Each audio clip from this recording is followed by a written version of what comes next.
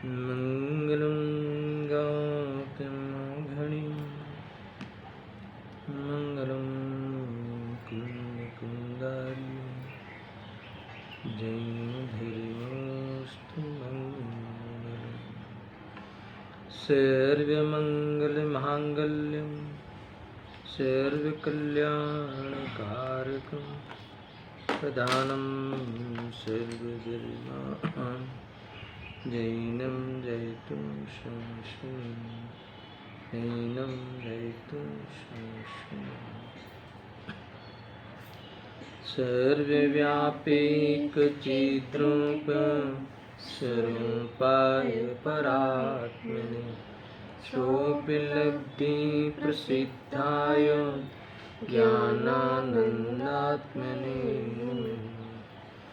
आत्मरूपयन्तमद्भुते याहि लखे भवसिन्धुतरो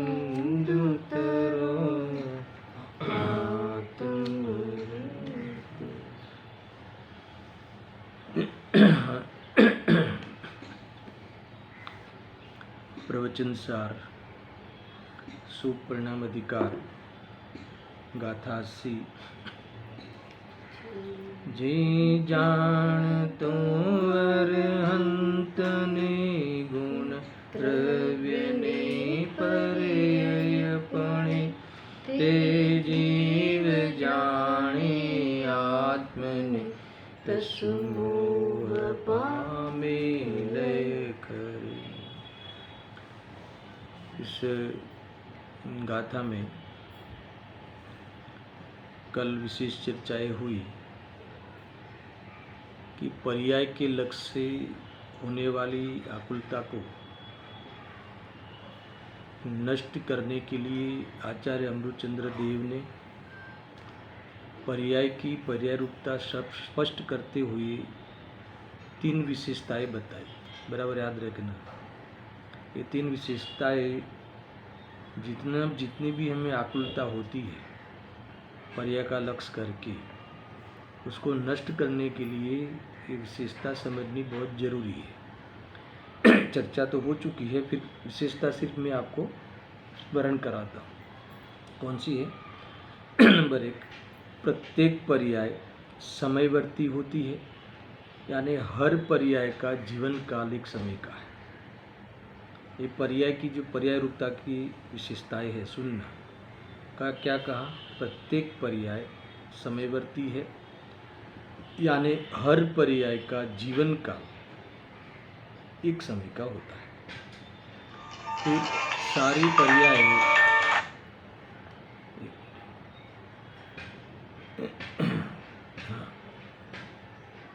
सारी पर्याय जितनी भी है वो पर्याय परस्पर अपरिवर्तित होती है।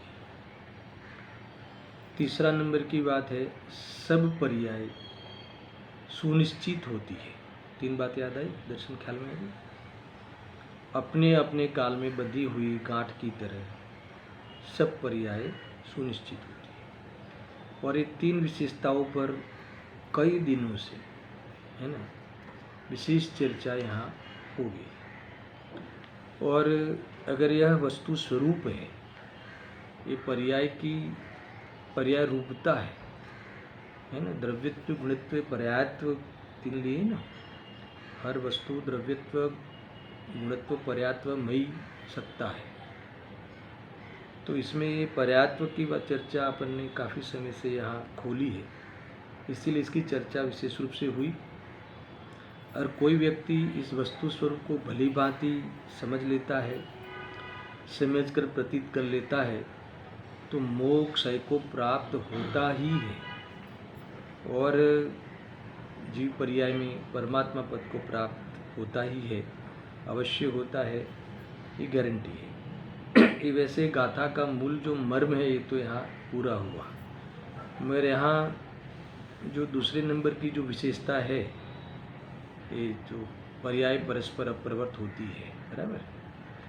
तो ये दूसरे नंबर की विशेषता की जब चर्चा हुई थी, तब संस्कार का प्रश्न खड़ा हुआ था। तो उस पर थोड़ा विचार करते हैं। बराबर। इस विशेषता में ये कहा कि पर्याय परस्पर अप्रवृत्त है। क्या अर्थ लिया था?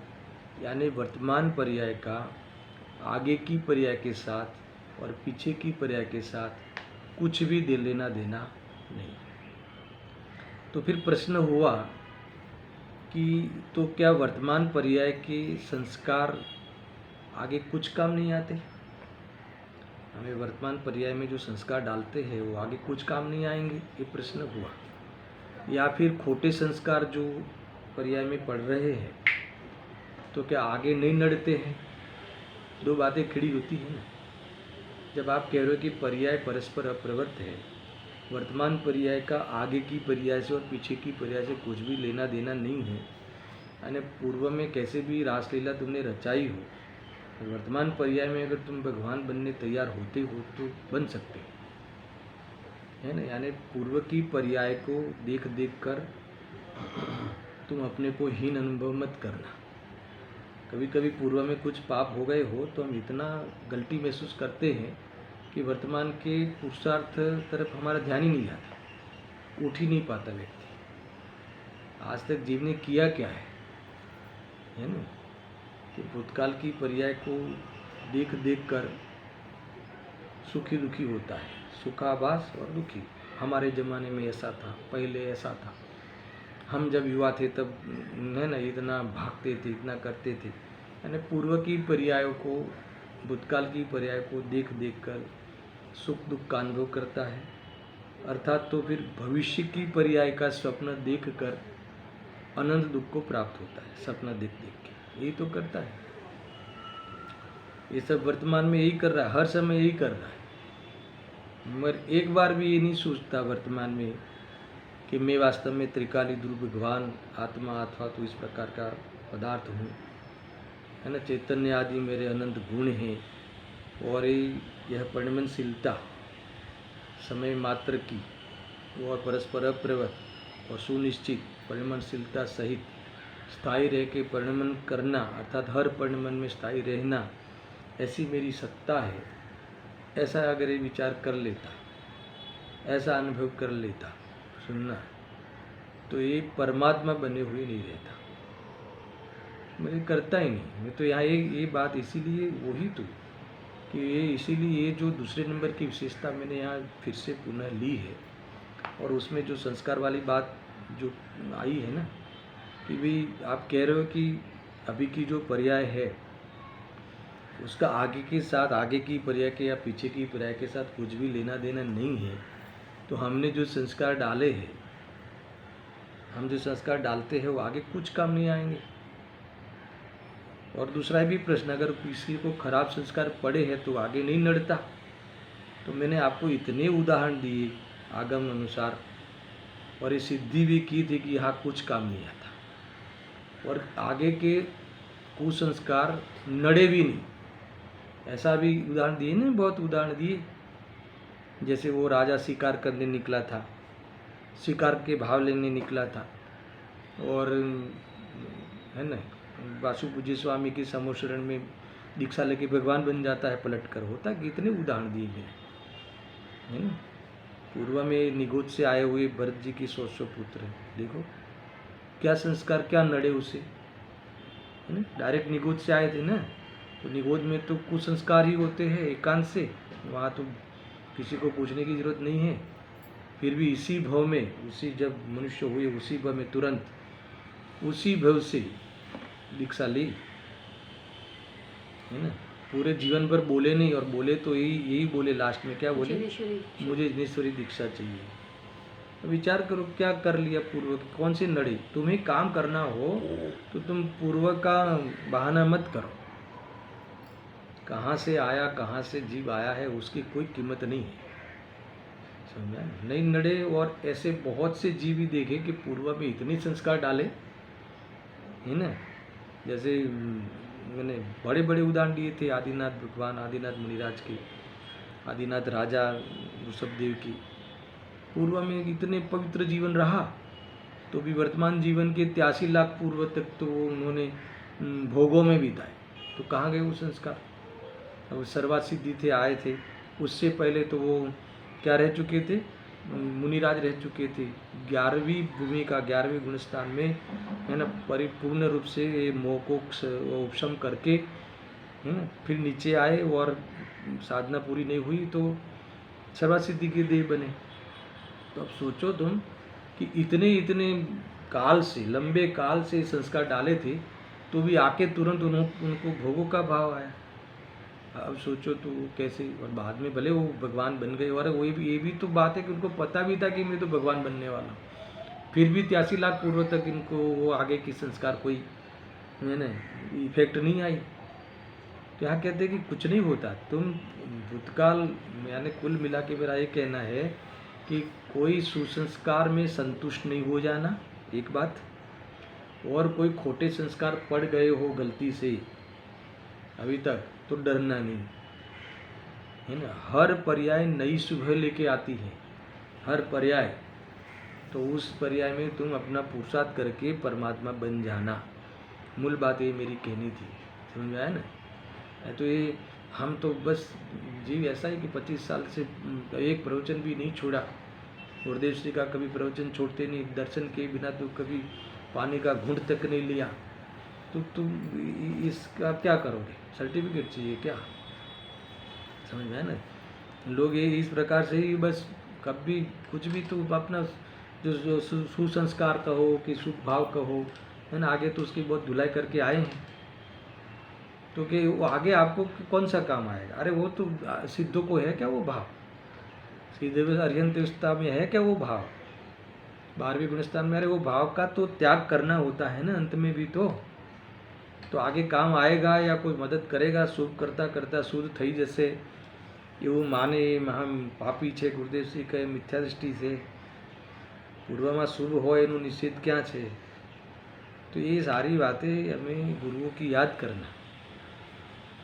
तुम अभी भी देखो उपाधि तो आ जाती है, तुम संस्कार तो डाले ना, तुम आगे आगे काम आए।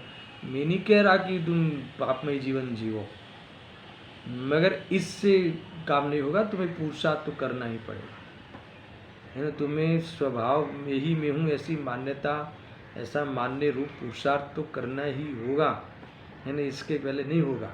ये बात तुम हृदय में धर देना कि इससे ये हमें ख्याल में आता है कि अगर कोई सुसंस्कार हो तो उसमें संतुष्ट नहीं होना, कोई गलती से कोई कुसंस्कार पढ़ रहे हो या पढ़ते हो पढ़े हो तो उससे डर के दब नहीं जाना। तुम अपना काम भूतकाल को याद किए बिना और भविष्य की आशा रखे बिना वर्तमान में ही मैं त्रिकाली ध्रुव भगवान आत्मा हूँ, समझ में आया कि नहीं। वर्तमान में ही नक्की करना है कि मैं अनादि अनंत हूँ, वर्तमान में ही नक्की करना है कि मैं अन्वय रूप द्रव्य हूँ, है ना, लगातार हर पर्याय में रहने वाला द्रव्य हूँ। वर्तमान में ही ये अन्वय के विशेषण है, वो सब मेरे गुण हैं, समझ में आया ना। और हर समय परिणमनशील है ना, ये पर अन्वय के व्यतिरिक वो पर्याय है, परिणमनशील है। और व्यतिरिक ऐसे है अन्वय के कि एक समय की मर्यादा वाला है, परस्पर अप्रवत है और अपने सुनिश्चित है, समझ में, अपने स्वकाल में। तो कहीं भी मुझे मेरे लिए टिकने में या बदलने में परमाणु मात्र की भी आधीनता नहीं है। मुझे क्या, किसी को किसी की आधीनता नहीं है, ऐसा यथार्थ समझकर जानकर आनंद कर लेना। बात अपनी ये चलती थी कि क्या ये तुमने परस्पर प्रवर्त वाली परिभाषा में से बात निकाली, ये बात आचार्य देव ने कही है ना, कि एक पर्याय दूसरे पर्याय के कुछ भी अपने ही पर्याय, आगे पीछे की पर्याय से कुछ भी लेने देना नहीं है वर्तमान पर्याय का। तो क्या ये संस्कार हमारे कुछ काम नहीं आते, तो क्या नहीं आती। ये सारी बातें हमने कल सिद्ध भी की है। डरना नहीं है, बहुत ऊंचे संस्कार पाड़े हो तो अभिमान नहीं करना है, तो खोटे संस्कार हो गए हो तो हीनता दीनता का अनुभव नहीं करना है, तो हमें तो वर्तमान में वेद ज्ञान करके अनुभव करना है, समझ में आया ना। ये बातें हमने कही थी।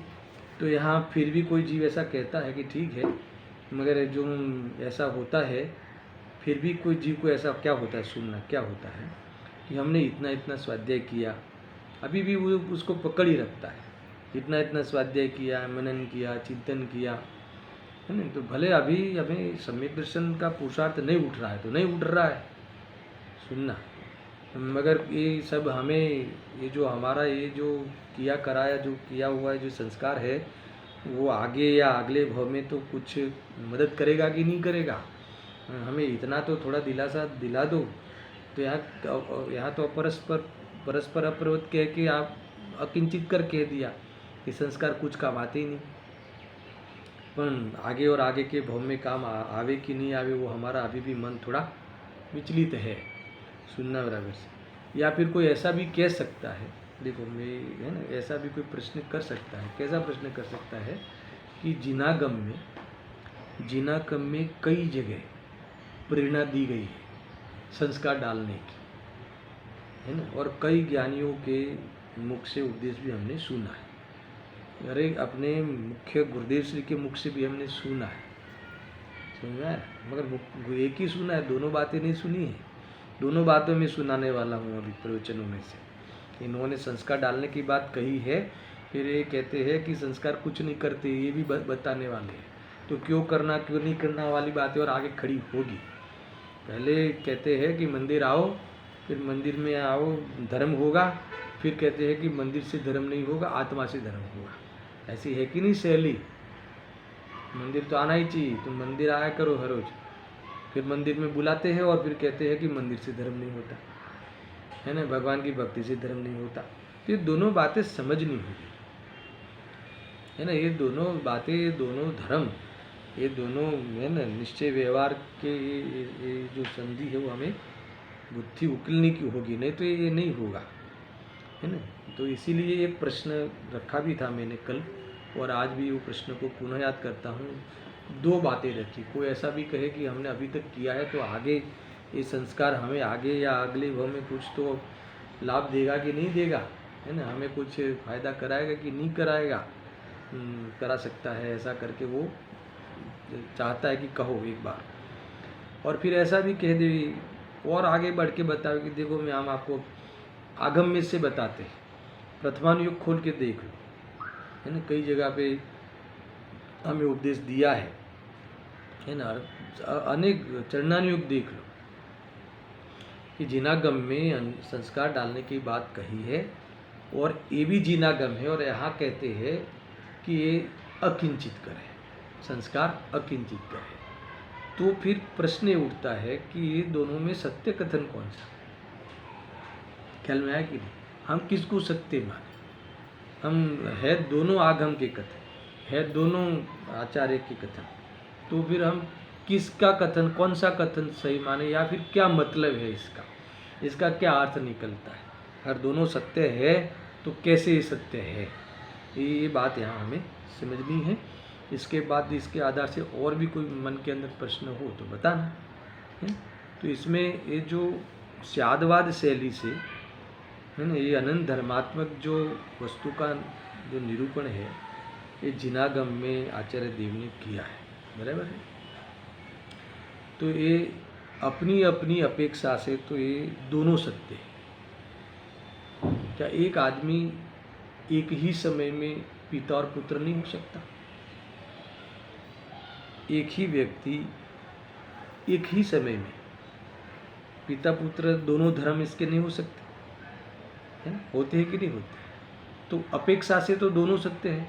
कैसे देखेंगे कि भी वो पिता है वो पुत्र कैसे हो सकता है, मगर अपने पुत्र की अपेक्षा वो पिता है और अपने पिता की अपेक्षा वो पुत्र है, और ये दोनों धर्म अपने खुद के हैं, ये दोनों योग्यताएं वो खुद की है, समझ में आया ना। अपेक्षा वाली वस्तु तो बाहर है, मगर इस अपेक्षा को लेकर वो ऐसी दोनों योग्यताएं, दोनों धर्म उसने ही धारण किए हैं ना। तो ये हो सकता है, तो ये क्यों नहीं हो सकता, तो थोड़ा समझ में आ गया होगा। मेरा कहना ये है कि स्यादवाद शैली द्वारा अनंत धर्मात्मक वस्तु का निरूपण करने वाले जिनागम में दोनों ही कथन अपनी अपनी अपेक्षा पूर्ण सत्य है। देखो आपको बहुत दूर जाने की जरूरत नहीं है, मैं आपको इसी प्रवचन सार के जो 47 नहीं है वो निकालो आप पहले, पेज नंबर है 527, हिंदी में, गुजराती में देख लेना। इसी में आपको ये बताता हूँ, देखो पेज नंबर 527, इस 47 नहीं परिशिष्ट में गया, अंत में परिशिष्ट है ना, इसमें देखो मैं बता देता हूँ, नए नंबर 27 और 28 निकाल दो, नए नंबर 27 और 28 इनकी परिभाषाएं निकाल ले, बराबर है। तो इसमें मुझे ये बताना है कि ये वस्तु अनंत धर्मात्मक है, ठीक है, अनंत धर्म है हर वस्तु में। अब ये प्रवचन सार के अंत में आचार्य अमृतचंद्र देव ने परिशिष्ट लिखा, समय सार में भी एक परिशिष्ट में 47 शक्ति लिखी, 47 शक्ति का निरूपण किया, यहाँ 47 नए लिखे, समझ में आया ना। तो ये नए क्या है, मुझे नयों का पकड़ लेना नहीं है, ध्यान रखना। एक्चुअली ये आत्मा में अनंत धर्म है, इसमें से कुछ 47 धर्म का यहाँ परिचय कराया है। तो 47 धर्म जो बताने वाला ज्ञान है, एक एक धर्म को बताने वाला ज्ञान अथवा एक एक धर्म को बताने वाला ज्ञान वो नए है, और एक एक धर्म को बताने वाला जो नए है वो एक एक नए अलग अलग नए बना दिए, और उस नए का नाम धर्म के नाम पर से नए का नाम दे दिया। नए है वैसे ज्ञान की पर्याय है ना, प्रमाण से जानी हुई वस्तु की किसी एक अंश को मुख्य करके उसको जाना जाए, वस्तु को स्पष्ट किया जाए, वो नए ज्ञान है, बराबर है। अब यहाँ एक वस्तु में किसको, एक द्रव्य को, गुण को, पर्याय को अथवा सामान्य को या विशेष को, समझ में आया ना। विशेषताएं दो प्रकार की है, एक सामान्य विशेषता, एक तात्कालिक विशेषता। तो किसी भी विशेषताओं को मुख्य करके बात करें उसे नहीं कहते हैं, जाने उस ज्ञान को नहीं कहते हैं, ख्याल में ये कहना। अब जो सामान्य त्रिकाल विशेषता को मुख्य करे वो निश्चय नहीं, और तात्कालिक विशेषता को मुख्य करे व्यवहार ने पहले हम पढ़ लिए, ये सब तो याद करा देता हूँ। खाली मैं इतना बताता हूँ कि यहाँ जितने भी नए हैं उसके नाम हैं, है ना, 47 नाम के नए हैं। नए के नाम नहीं होते, नए तो एक ही होता है, मगर जिस नए जिस धर्म को बताता है ना, उस धर्म के नाम से उस नए का नाम दे दिया गया, नामकरण कर दिया गया। जैसे स्वभाव नहीं, अस्वभाव नहीं, सर्वगत नहीं, असर्वगत नहीं, ऐसे सारे नए बता दिए।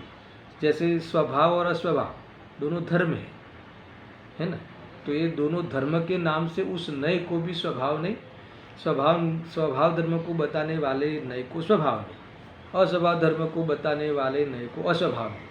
ये सामान्य की शैली है, इसके बता दी मैंने। और ये जो धर्म है ये आपने सुना होगा ना, ये 47 शक्ति के कभी कभी मैंने प्रकरण लिए हैं, गुण, शक्ति और धर्म, बराबर है। अभी मुझे विषय नहीं लेना है, मुझे सिर्फ याद करा देता है ना। जिस विशेषता जिसका परिणमन हो अथवा गुणों का परिणमन होता है, बराबर है, शक्ति की व्यक्ति होती है, और धर्म का न परिणमन होता है और न व्यक्ति होती है, वो तो योग्यता रूप, त्रिकाल योग्यता रूप प्रगति ही रहते हैं, बराबर है। और ये धर्म जोड़े से होते हैं, समझ में आया ना। और गुण और शक्तियाँ जोड़े से नहीं होती, और ये जैसे जो जुड़े होते हैं वो परस्पर विरुद्ध लगे ऐसे होते हैं, सत असत, एक अनेक, नित्य अनित्य, है ना, ये सब अभी आने वाले हैं ना, अंदर बहुत सर्वगत असर्वगत ये सारे। तो सुनना बराबर कि परस्पर विरुद्ध लगते हैं, मगर वस्तु में रहने में कोई विरोध नहीं है एक, और वस्तु को सिद्ध करने में दोनों काम आते हैं। वस्तु को दोनों, अर्थात तो दोनों परस्पर भले विरुद्ध लगे पर विरोध है नहीं, ऊपर से वस्तु को सिद्ध करते हैं, ख्याल में। ये दूसरी बात, और दोनों एक समय में ही होते हैं, आगे पीछे नहीं होते, अथवा कोई में हो और कोई में नहीं हो ऐसा नहीं होता। मान लो कि सद धर्म, तो कितने द्रव्यों में सद धर्म है और कितने में असत है, ऐसा नहीं होता, समझ में मैं जो कह रहा हूँ। तो सत और असत दोनों एक ही द्रव्य में है, और चलो पहले 50 साल सत्य है और बाकी के 50 साल असत्य है, ऐसा नहीं होता। सत्य और असत त्रिकाल है, एक समय में है और त्रिकाल है, ऐसा समझ। इस प्रकार से ये सामान्य वो गुण शक्ति और धर्म की चर्चा हुई। न मुझे नयों का विषय लेना है, न पकड़ है अपना कि न गुण शक्ति और धर्म को समझाना है। ये तो प्रवेश करने से पहले बता दिया। बात तो हमारी ये चलती है कि जो आपने कहा था कि जो संस्कार आप कह रहे हो कि आगे आएंगे कि नहीं आएंगे, बात तो वहाँ से चली ना, ये बात चली ना कि जिनागम में बात प्रश्न ये था कि संस्कार डालने की बात कही है ना। और जिनागम में ही अभी ये कह रहे हो कि ये अकिंचित करे, आगे आने वाली चीज़ है, आगे काम आएंगे ऐसी बात है ही नहीं। समझ में आया कि नहीं? अरे अभी की केवल ज्ञान की पर्याय आगे की केवल ज्ञान की पर्याय का कारण नहीं है, संस्कार तो बहुत दूर की बात है। अरे अभी का सम्यक दर्शन दूसरी पर्याय के सम्यक दर्शन का कारण नहीं है, कारण कार्य संबंध है ही नहीं। तो फिर अभी मैं कुछ करूँ और फ्यूचर में काम आएगा ऐसी जो रुचि होती है ना, ऐसा जीव पुरुषार्थ नहीं कर पाता। तो आज ही कर लो ना, फिर आगे क्यों? अगर ये संस्कार से मैं फ्यूचर में काम करूँ, इससे तो आज ही कर लो ना। समझ में आया कि नहीं? तो एक तो ये सारी बातें तुम समझना है कि मैं इसलिए टोकता हूँ कि जीव कहीं ना कहीं उस संस्कारों की मिठास में, उस पुण्य के फल में आज भी जी रहा है। नहीं, आज तो संस्कार बढ़िया सा है ना, दुनिया भी अच्छा कहती है और ये संस्कार का फल पुण्य भी है।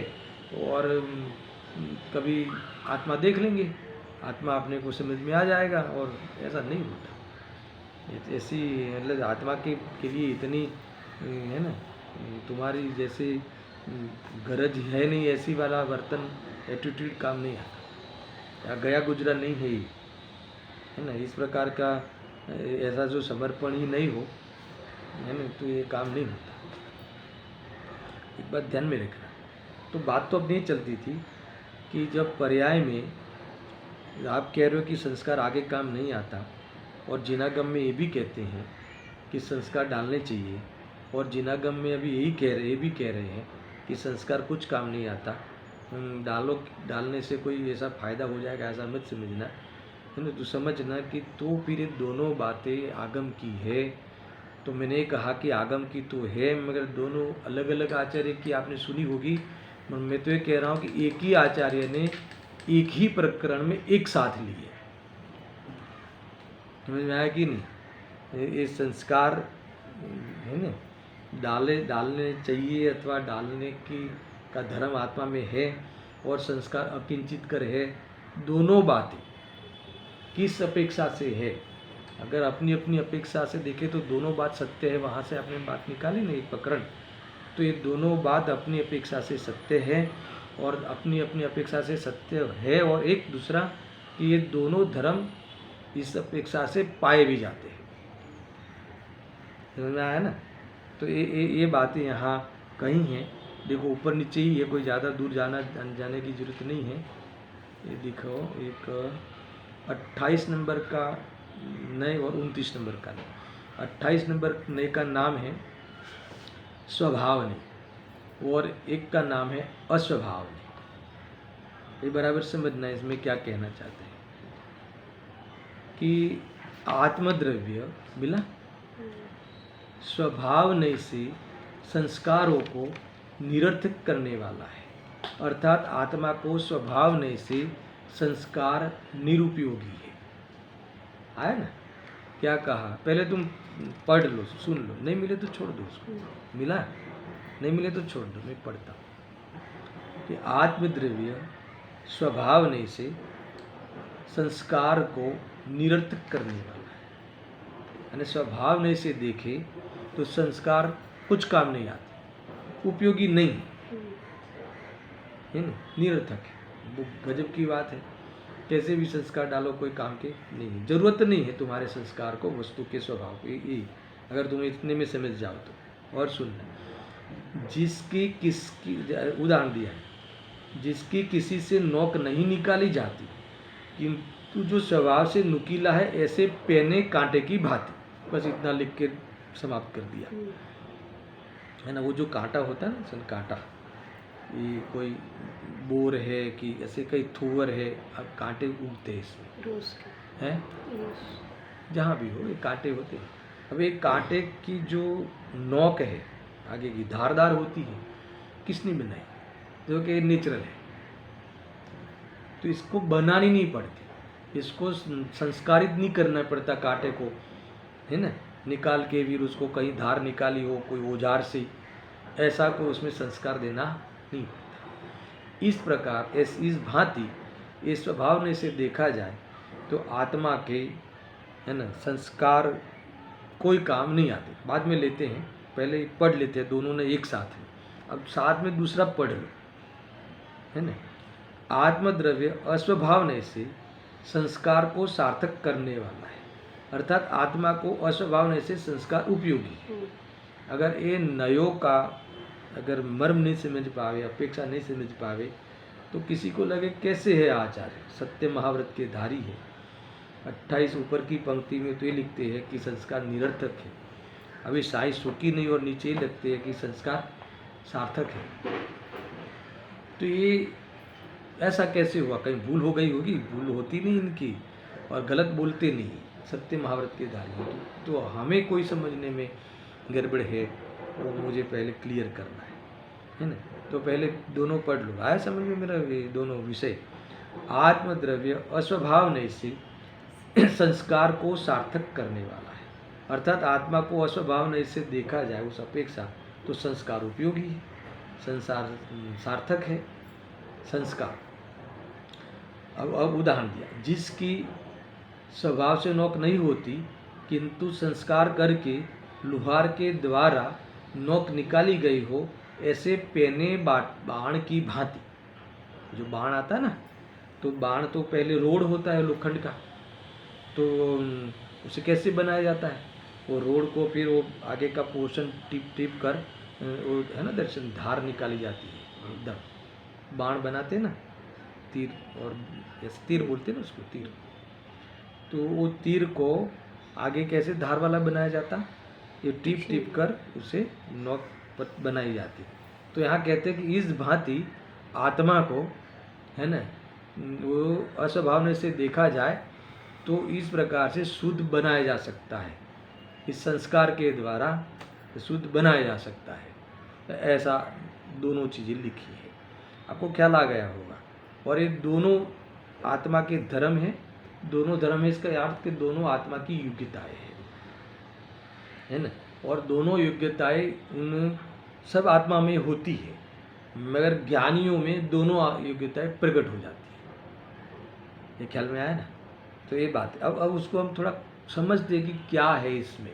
तो इसमें एक तो स्वभाव नहीं और अस्वभाव नहीं, तो नए को आप शब्द छोड़ दो। नए तो वास्तव में ये नए को नाम दे दिया, ये स्वभाव नाम धर्म जिसने ज्ञान कराया, जिस नए ने, उस नए का नाम स्वभाव है, और जिस नए ने अस्वभाव नाम धर्म का ज्ञान कराया उस नए का नाम अस्वभाव है। तो यहाँ नए तो गौण कर दो, उस नए ने जिस धर्मों को बताया। आत्मा में एक स्वभाव नाम का धर्म है और एक अस्वभाव नाम का धर्म है। कौन से आत्मा में? सब आत्मा में। ध्यान रखना है, ऐसा नहीं कि स्वभाव नाम का धर्म तो ज्ञानी में है और अस्वभाव नाम का धर्म तो अज्ञानी में, ऐसा नहीं। स्वभाव और अस्वभाव दोनों धर्म है, अनंत धर्मात्मक वस्तु में ये दोनों धर्म है और दोनों एक साथ रहते हैं, सदाकाल रहते हैं, त्रिकाली धर्म है। और उसका जो कार्य है वो कार्य दोनों का अलग अलग है, और दोनों का अलग अलग कार्य अगर हमारे समझ में आ जाए तो दोनों का अलग अलग कार्य होने पर भी आत्मा की प्राप्ति के पक्ष में है। अगर दोनों धर्म के ओर से पदार्थ को समझे, अथवा तो दोनों धर्म के ओर से पदार्थ का स्वरूप का पदार्थ का लाभ लेवे, तो वो व्यक्ति को पर्याय के अंदर मोह का क्षय होता है। समझ में आया कि नहीं? ये परस्पर स्पष्ट आया था ना, परस्पर अप्रवत की चर्चा आई थी। तो कि संस्कार का क्या रोल है, और ये दोनों बातें यहाँ हमें समझनी है। पहले स्वभाव धर्म वो क्या है और अस्वभाव धर्म क्या है, पहले वो थोड़ा समझ लेते हैं।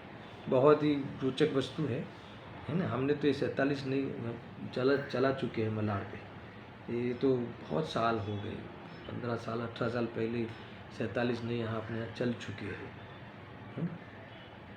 करीब करीब मेरे ख्याल से 100 एक प्रवचन हुए हैं, 47 नहीं हुए। बहुत चलिए प्रवचन सुधा के माध्यम से हमने इसका विशेष स्वाध्याय किया हुआ है। इतना तो हम डीप में नहीं जाएंगे, मगर जितनी अनिवार्यता है उतनी चर्चा यहाँ करेंगे। देखो, एक है स्वभाव धर्म और एक है अस्वभाव धर्म। पहले उस धर्म को समझते हैं। तो स्वभाव धर्म यानी देखो, हमारा जो स्वभाव है, कौन सा स्वभाव चल रहा है अभी 80 का था क्या? स्वभाव तो बहुत है, ज्ञान दर्शन चारित्र आदि सब ले लेना, ज्ञायक भाव आदि तो आत्मा का स्वभाव है ही। मगर मैंने अब अपने यहाँ कौन सा स्वभाव चल रहा है अभी?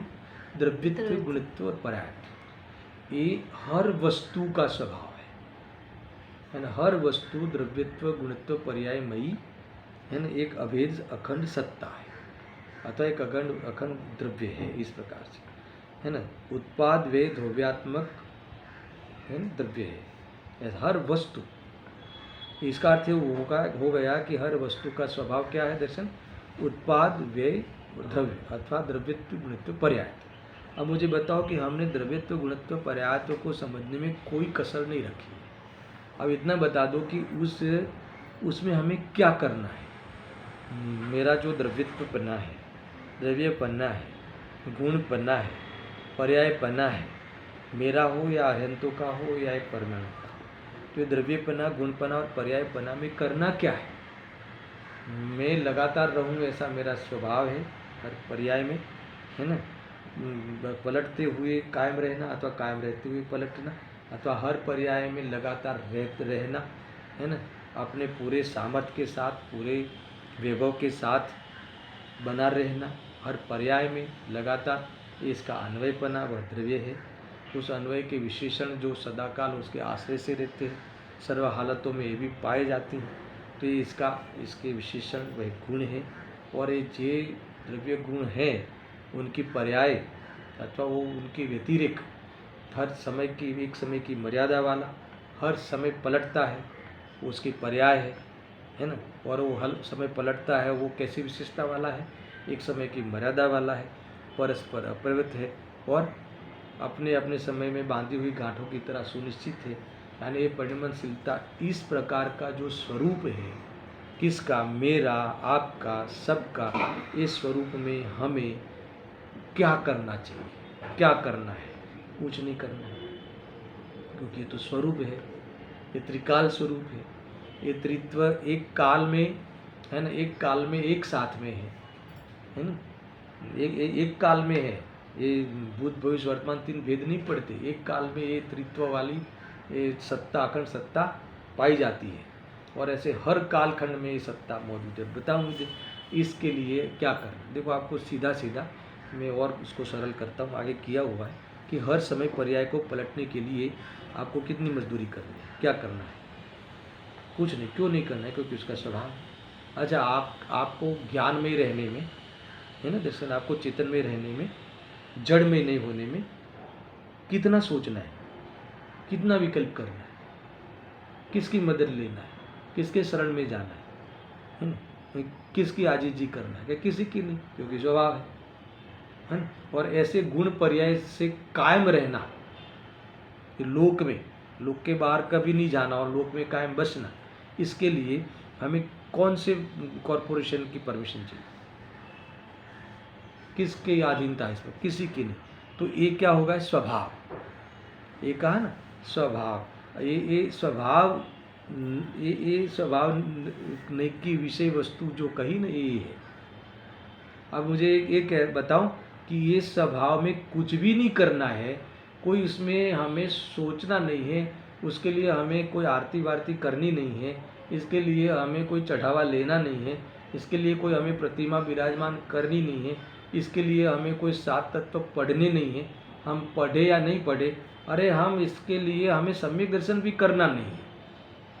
हम सम्यक दर्शन करें तो मैं त्रिकाल टिकूंगा, है ना। पर्याय विशेष ऐसा माने कि ये त्रिकाल द्रव्य है इसलिए त्रिकाल रहेगा, ऐसा नहीं है। किसी की गरज नहीं है इस वस्तु स्वरूप को। कल में आया ना, इसका नाम कि इसके सामने सारे संस्कार निरर्थक है, यानी इसको संस्कार की कोई जरूरत नहीं है। ये समझ में आया ना, इसका अर्थ ये है। इसमें कोई है, कोई दलील, इसमें कोई शंका है नहीं, है ना दर्शक? तो ये बातें समझना भाई, गजब की है। ये स्वभाव नहीं, इसे कहते हैं स्वभाव। धर्म क्या है कि आत्मा में एक स्वभाव नाम का धर्म है कि स्वभाव, कि जिसका कभी अभाव नहीं हो, इसका नाम स्वभाव। तो किसका अभाव नहीं हो? कि आत्मा में जितनी भी विशेषताएं है, द्रव्यत्व गुणत्व पर्यात्व को लेके ये पूरी वस्तु की सत्ता है, उसका कभी अभाव नहीं होता। आत्मा में एक सत नाम का धर्म है, इसका कभी अभाव नहीं होता। अरे आत्मा में एक असत नाम का धर्म है, इसका भी कभी अभाव नहीं होता। और जो सत नाम का धर्म है, इसके कारण स्वचतुष्टय में रहता है, इसकी योग्यता कभी नष्ट नहीं होती। और असत नाम का धर्म है कि कभी पर चतुष्टय में प्रवेश नहीं करता, इसमें ऐसी इसकी योग्यता है।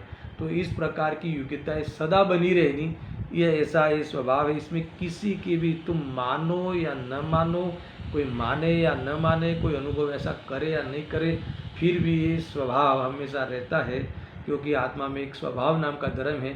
इसके कारण ये कभी किसी की इसके किसी भी संस्कार की, किसी संस्कार पाड़ने की, इसको द्रव्यत्व गुणत्व पर्याय रूप से रचना करने की, अर्थात इसको ये इस प्रकार से ज्ञायक बनाने की जरूरत नहीं है।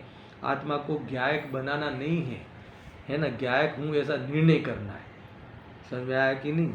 मैं चेतन हूँ, मुझे चेतन बनना है कि चेतन हूँ ऐसा निर्णय करना है, अनुभव करना है। देखो क्यों ऐसा? क्योंकि मुझे संस्कार की जरूरत है ही नहीं। संस्कार पर्याय पाड़े तो भी मैं चेतन हूँ, नहीं पाड़े तो भी मैं चेतन हूँ। इसलिए संस्कार का मेरे में कोई योगदान नहीं है। ये स्वभाव नहीं, ये बताता है आत्मा का स्वभाव धर्म, ये बताता है। ठीक है? इसलिए वहाँ संस्कार का कोई वो जो है ना, कांटे की नोक की तरह जो इसको बनानी नहीं पड़ती, ऐसा इसको स्वभाव को कोई रचना करनी पड़ती नहीं। ठीक है? यहाँ मैंने सारी बातें द्रव्यत्व गुणत्व को लेकर सबको कह दी, सबको लेकर कह दी। ठीक है? अब अस्वभाव धर्म क्या है, उसको थोड़ा समझ लो आज कम से कम, है ना? इसके बाद इसका प्रयोग और ये सारी चर्चाएं आती रहेगी, पहले इसको समझना चाहिए कि अस्वभाव धर्म क्या है।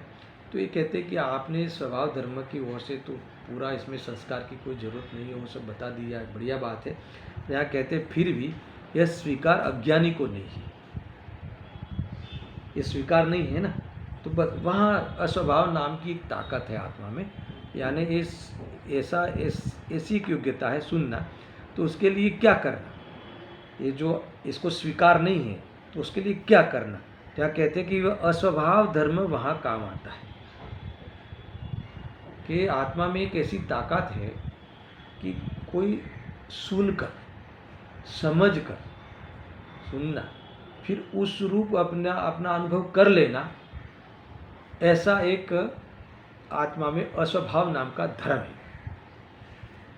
आया ख्याल में? इतना ख्याल में आया? देखो, आत्मा को शुद्ध करना पड़े, चेतन में करना पड़े, ऐसा तो है नहीं, क्योंकि वो एक स्वभाव नाम का धर्म है। इसलिए उसको कोई संस्कार पाड़ कर इसको शुद्ध करना पड़े, ऐसा नहीं। मगर मैं त्रिकाल शुद्ध हूँ, मैं द्रव्यत्व गुणत्व पर्याप्त रूप से परिपूर्ण हूँ, ऐसा नहीं मानने वाले जीवों के लिए एक प्रकृति ने आत्मा में अस्वभाव नाम का धर्म पाड़ा है।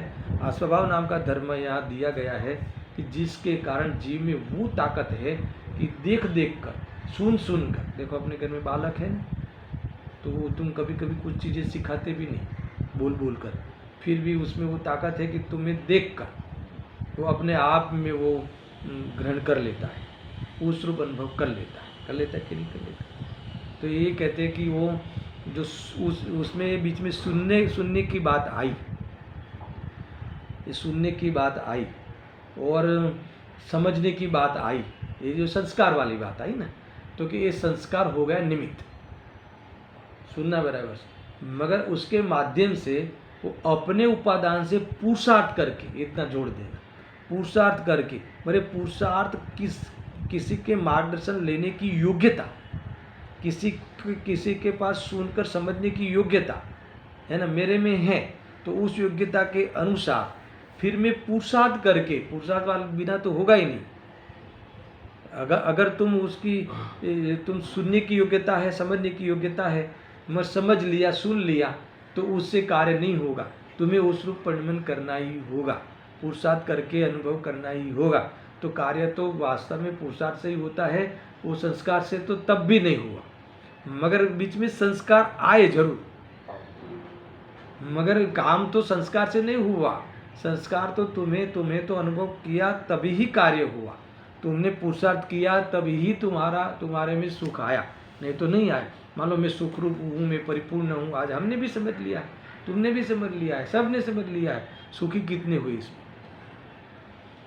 अभी कल की बात तो बाद में देखते हैं, अगले भव की बात पहले बाद में देखते हैं। अभी समझ लो ना, 15 साल से तो सीख रहे हैं कि मैं परिपूर्ण हूँ, मैं ज्ञायक हूँ, मैं त्रिकाल हूँ, मैं ध्रुव हूँ, है ना। अनंत 47 शक्तियों को गल क्या बोलते हैं, बराबर पी गए घोल घोल के, इतना तो किया है। तो अभी आनंद कितना आया?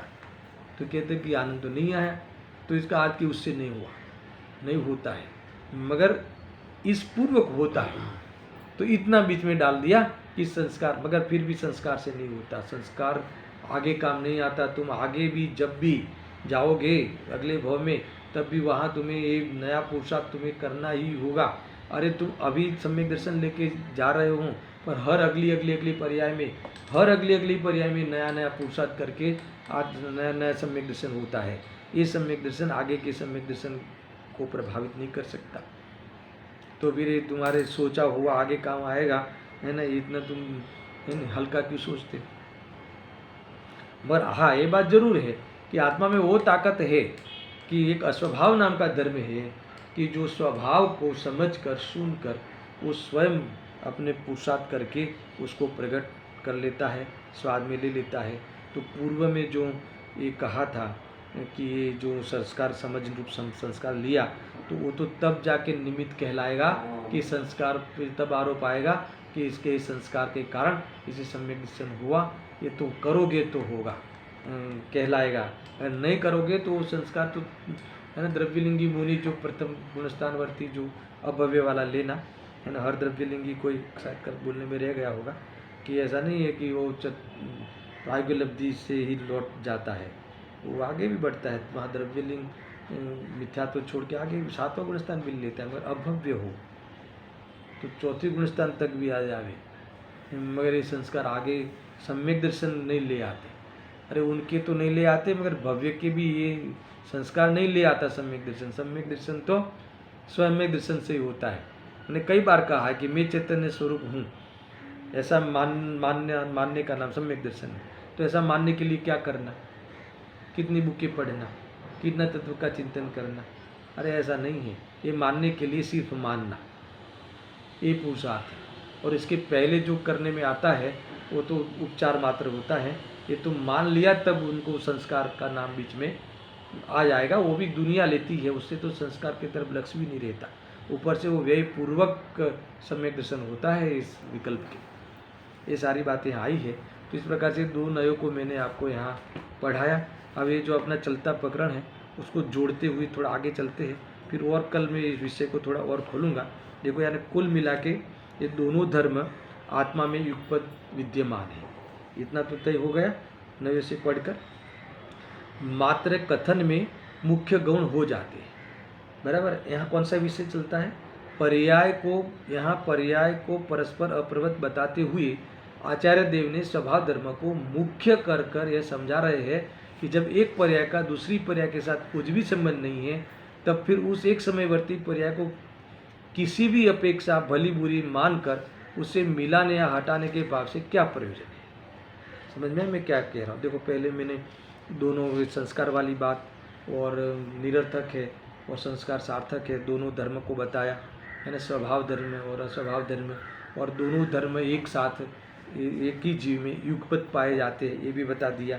अब यहाँ कहते हैं कि फिर क्या इसका कैसे प्रयोग में लेवे, तो कि मुख्य गुण करके कथन है, पहले समझ लेना है ना। मैं पहले यहाँ थियरी समझ लेते हैं, फिर प्रैक्टिकल बहुत समझेंगे कि क्या कहते हैं कि दोनों एक साथ है, मगर कथन करने में समझाने में मुख्य गुण होता है। तो यहाँ मान लो कि दोनों धर्म आत्मा में सतत युगपत विद्यमान है, मात्र कथन में मुख्य गौण हो जाते हैं। तो ये गाथा में 80वीं गाथा में कौन सा धर्म मुख्य किया है? यहाँ परस्पर अप्रवृत्त वाली जो बात चली ना, ये जो पर्याय की पर्यायशीलता, पर्याय रूपता, इसमें कौन सा धर्म है यहाँ? वो तो स्वभाव है।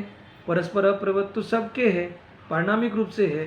तो उस रूप से जब चर्चा की है कि उस रूप से देखा जाए तो संस्कार कोई काम नहीं आता, क्योंकि पर्याय परस्पर अप्रवृत्त है। जब अप्रवृत्त है, एक समयवर्ती है, तो दूसरे समय के लिए वो है ही नहीं, तो करेगी कैसे, है ना?